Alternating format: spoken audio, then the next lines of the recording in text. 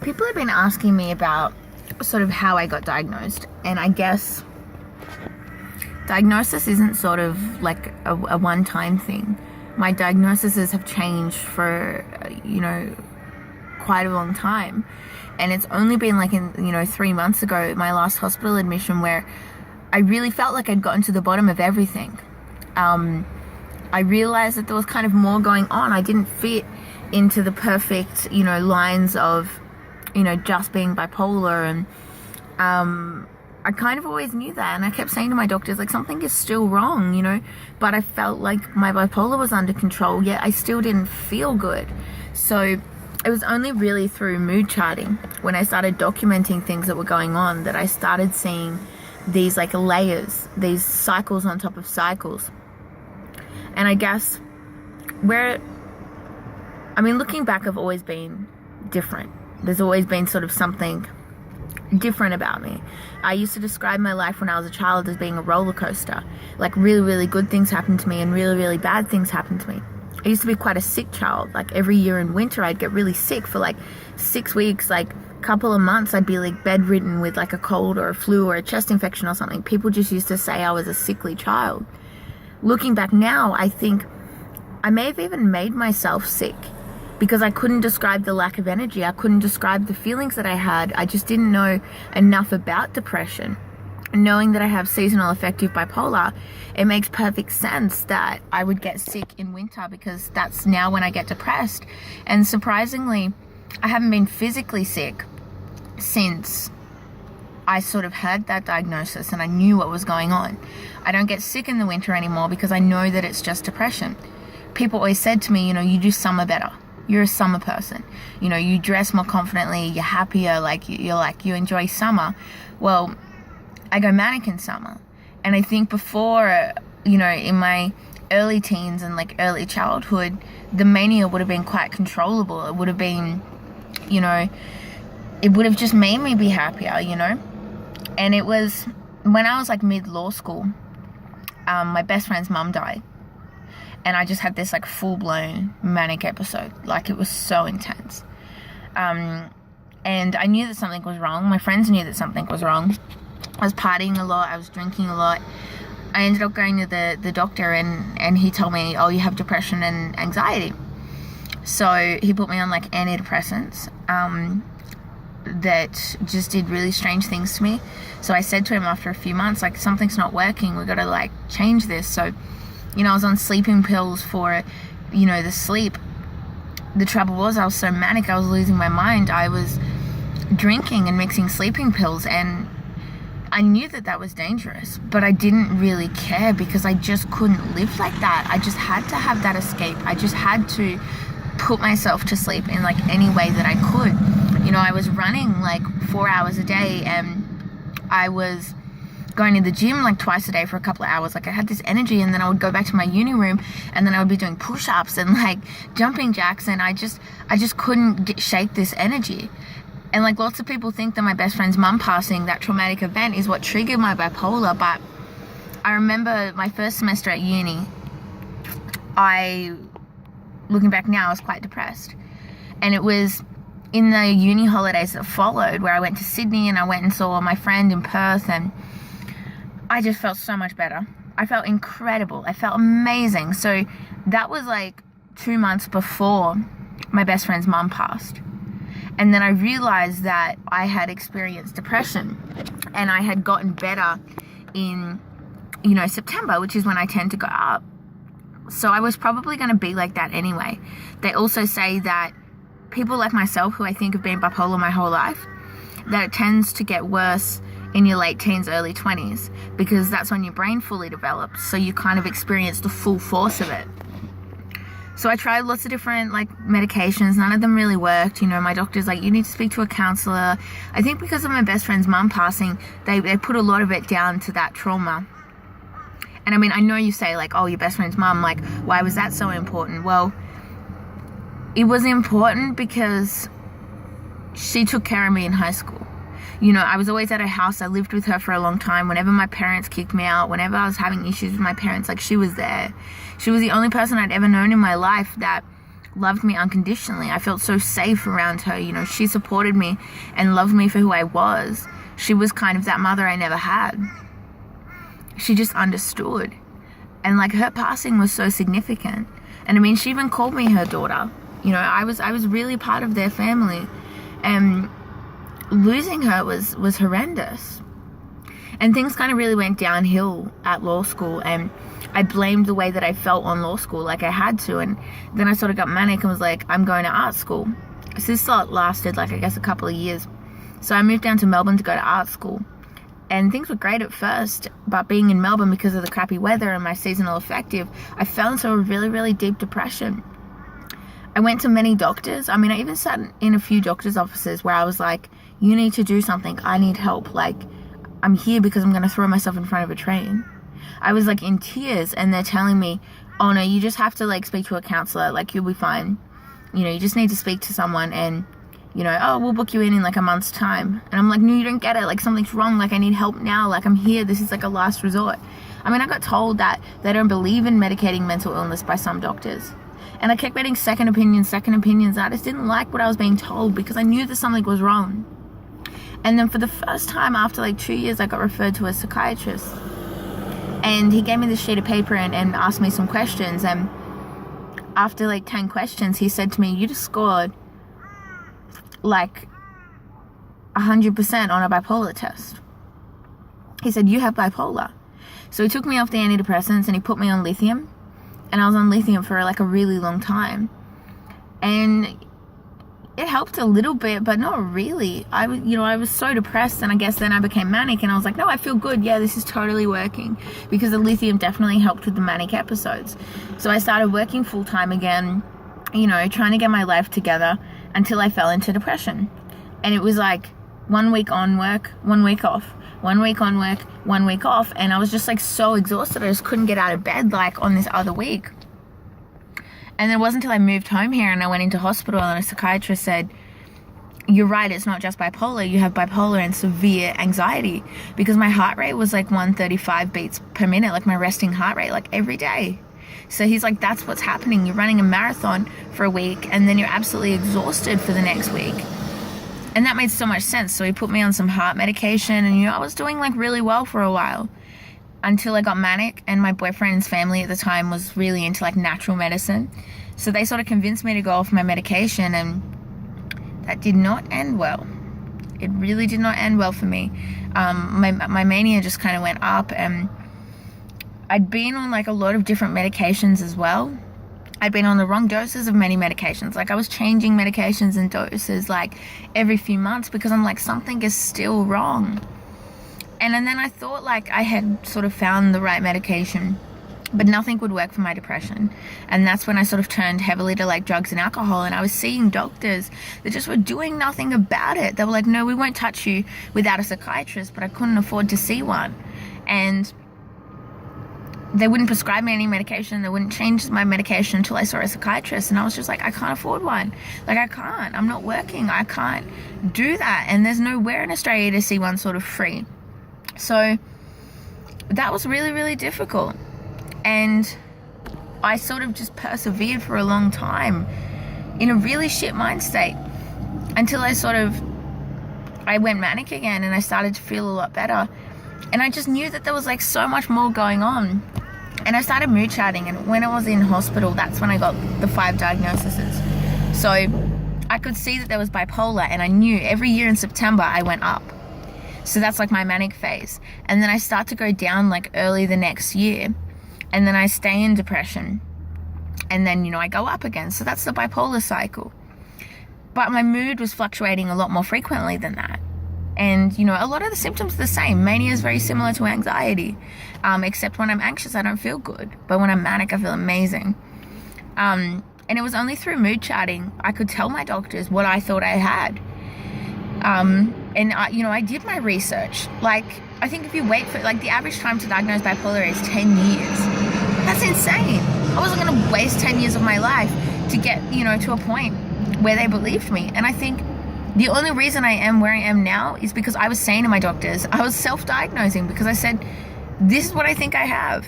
And, you know, I'm insightful enough to be able to give them the correct information so they can make up their mind on the matter. But most of the time when I said, look, this is what I think's going on, they would go, yeah, you're right. I think that's probably what's going on too. But they wouldn't have known that unless I could tell them specific symptoms.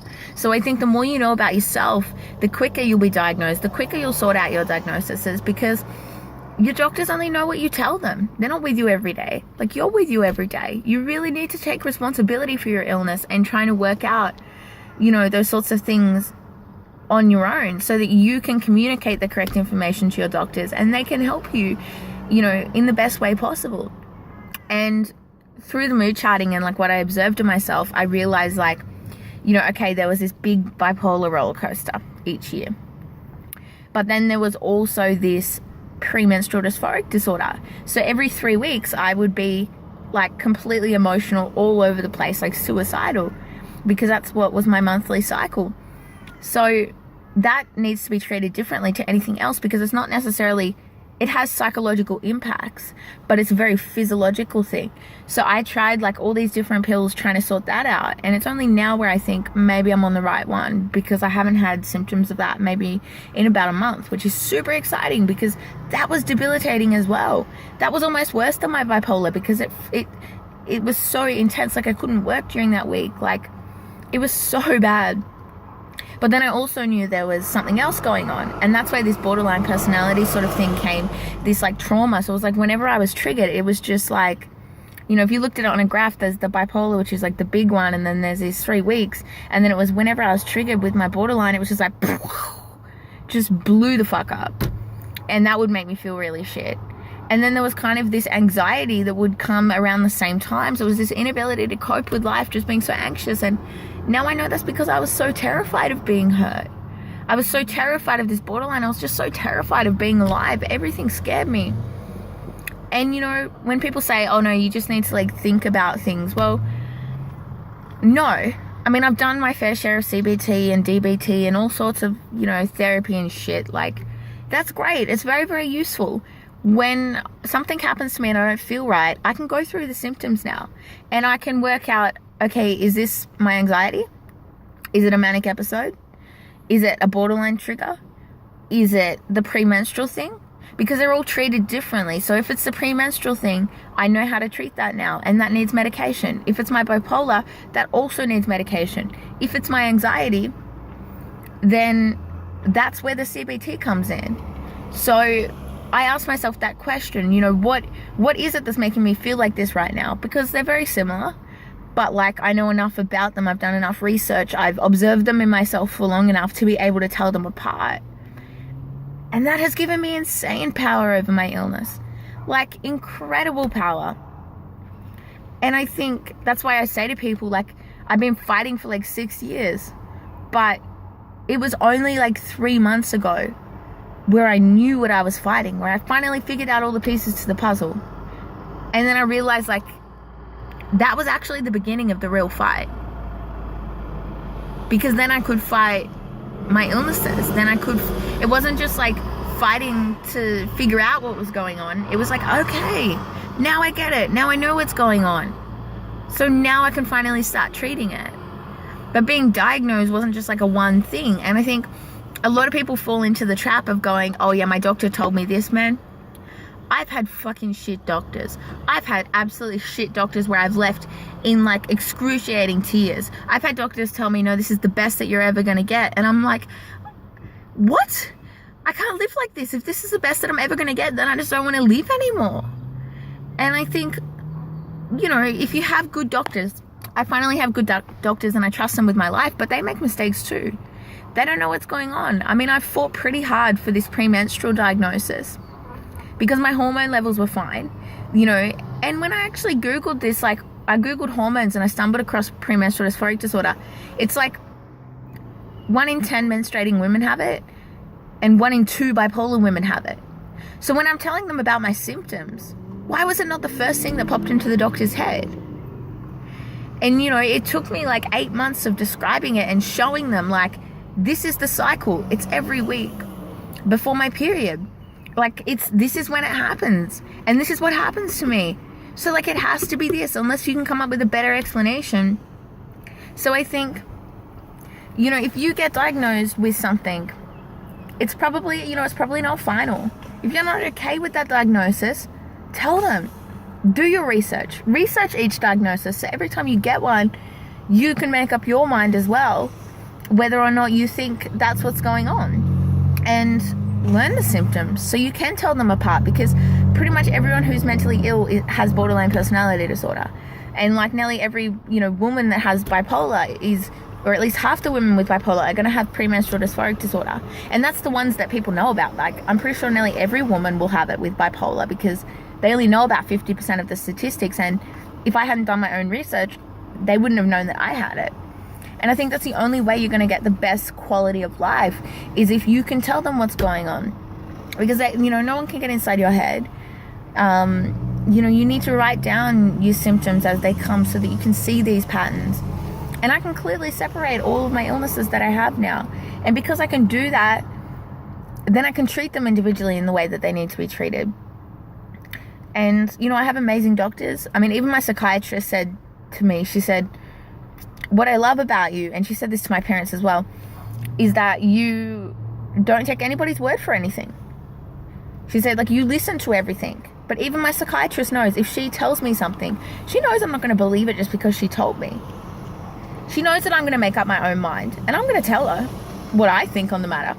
So she says, I think you might have this. She knows to broach the subject with me like that so that I can come to that conclusion on my own as well. So she says, have you thought about this? Is this maybe like what you think is going on? And I can be like, yeah, that makes perfect sense. Or I can kind of go, no, that's not what's going on. She didn't believe in the premenstrual thing because she said, no, it's just your borderline. And granted, a borderline episode was every time I had premenstrual dysphoric disorder, because I'm extremely emotional, and if you hit me there with a borderline, it's like, whoa, it's going to be intense, because I'm like an emotional, like, unstable volcano. But I said to her, she's trying to tell me that the borderline was the cause for those feelings, and I said, or am I more susceptible to borderline because of the PMDD? And it took me like months to convince her, but now she's like fully on board with it. And I think that's the only way you can get on the correct medication. I've changed medication so many times. I've changed doses of the same medication, It's probably taken me 6 years of being diagnosed. And I think in the beginning, I probably didn't get help as often as I needed. It was money. It was not being able to make appointments. Like, all this stuff was going on. I should have been seeing a psychiatrist like once a month, but I was seeing them like once a year. And that definitely prolonged this whole process. But I mean, it would be years before you even knew that you had bipolar, because they would have to be able to see the patterns. You'd have to be able to tell them about the patterns. And yeah, I guess in summary, if you know yourself and you're aware about yourself, like, you can kind of diagnose yourself, and it's just your doctors that need to like sign off on it. I'm not saying, you don't need your doctors there, because you do, but it's, yeah, like, you really need to work together, and you really need to take charge of discovering what's going on. And there's so much that could be going on.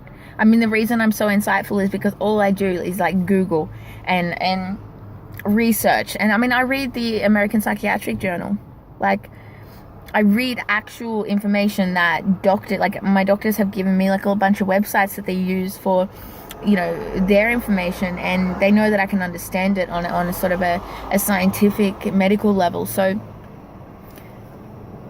I do my research because I really wanted to know what was going on to me. I really wanted to learn about it, and I think knowledge is vital. And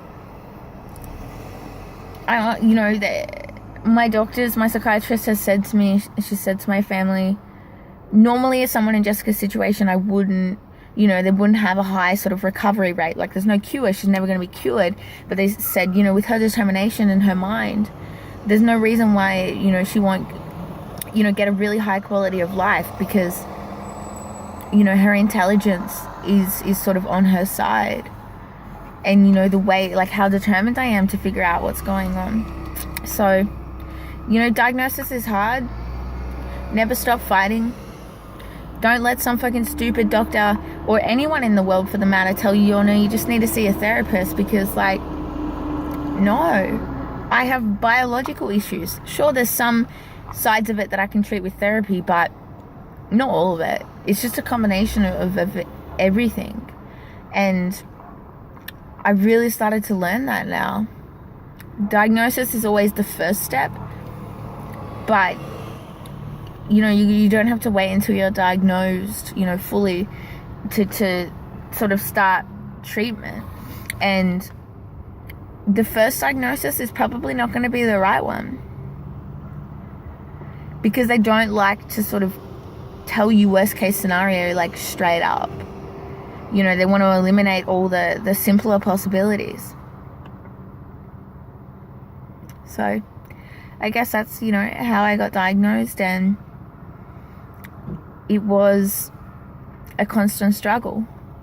But for the first time, I do feel like I'm fully diagnosed, and it doesn't mean, oh my God, everything's better now. No, I'm probably still going to try many different medications, but like, at least I know what's going on. And the hardest thing is, it's a waiting game. We're really just like lab rats. They're just experimenting on us until they find something that works. What works for me is not going to work for you, and vice versa. So don't let anyone tell you what to do, because they don't know you like you do.